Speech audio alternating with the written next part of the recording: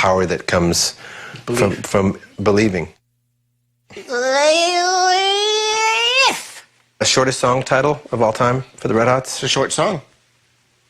It's a tiny little number. I'm glad If is on our record. Me too. I'd be bummed if it wasn't. I would be bummed. Yeah. I'll tell you where I feel like it got its inspiration, and I don't really know because I didn't get the ball rolling. But I feel like it came out of our foray into folk music.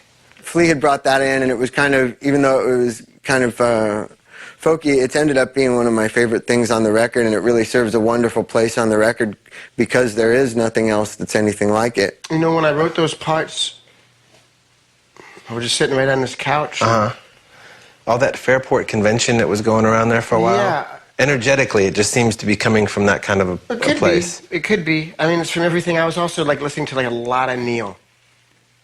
You know, which is acousticy, but it doesn't really sound like that either. Does not sound like Neil. Yeah, but that's really what I was listening to about Neil Diamond. A lot of at the time. For me, just purely listening to just the bass and the vocal, it was reminding me of like some of the mellower Zeppelin things or whatever. That was my reference point for it. I'm certainly not comparing it to Led Zeppelin. I'm just saying like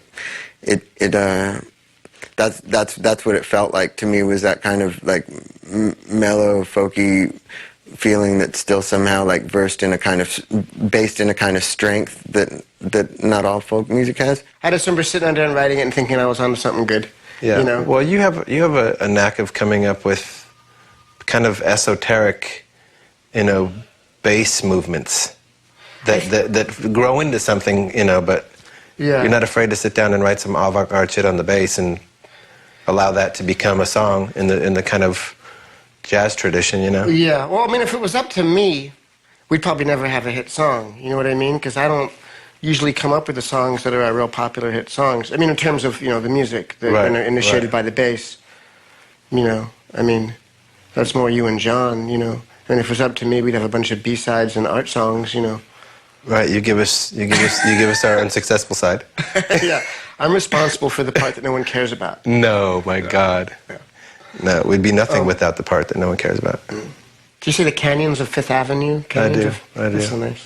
Yeah, it's at the end of the day, it's really about the simple pleasures of, loving somebody and going on a walk with them, and it doesn't get much better. Yeah.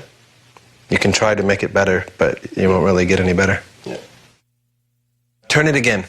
Turn It Again is one of the, probably I think the only song on the album that the whole music is all a jam. We definitely have had a few things, where when we're jamming, we can actually make it sound something like a song, and that was the case with that song. The verse and the chorus are about as different of two parts from each other as could be, but they were made up in the same jam, and Anthony was part of that jam, and he was doing some really inspiring screaming and yelling and stuff. Yeah, he was getting very excited. It definitely gives opportunity to John's recent willingness to express that side of his guitar playing. Right. For so long he's been the less is more guy. Yeah. And he's wildly efficient and artistic with his less is more approach to guitar playing. Yeah. Like you can hear 10 times more than what he's actually playing because of what he's playing. Yeah.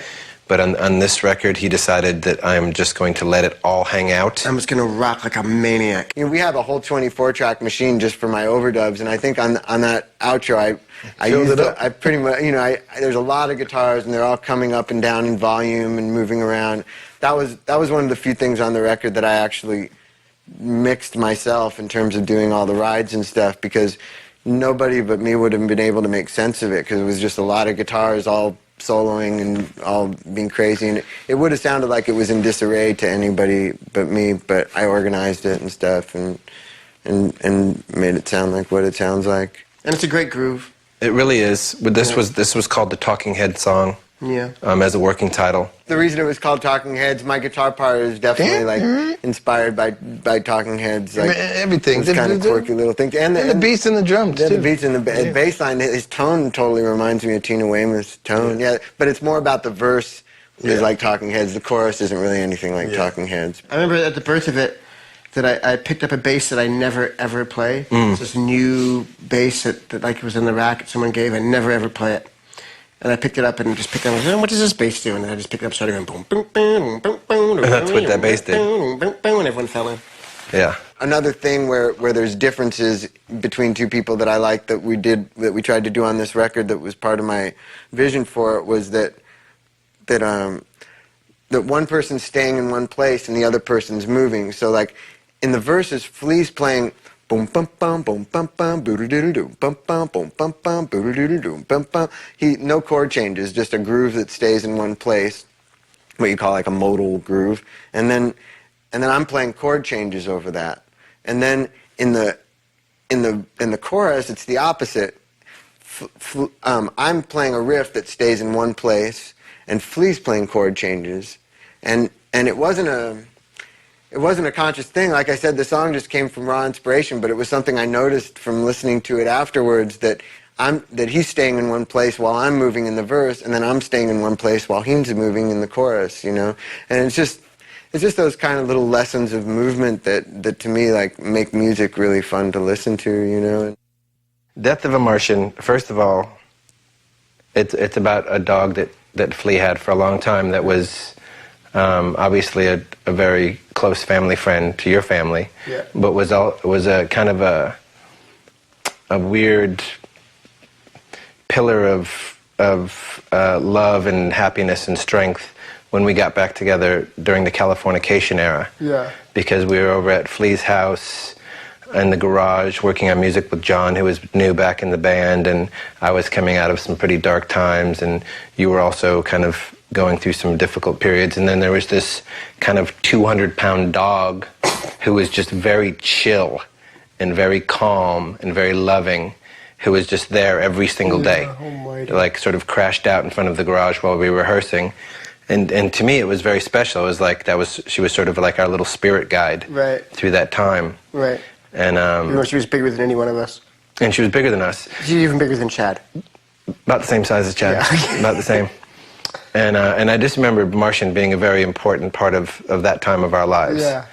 And then when she became sick, I mean, she always had health problems, but when it was clear that she was dying, yeah. It was like I felt a huge sense of loss. Right.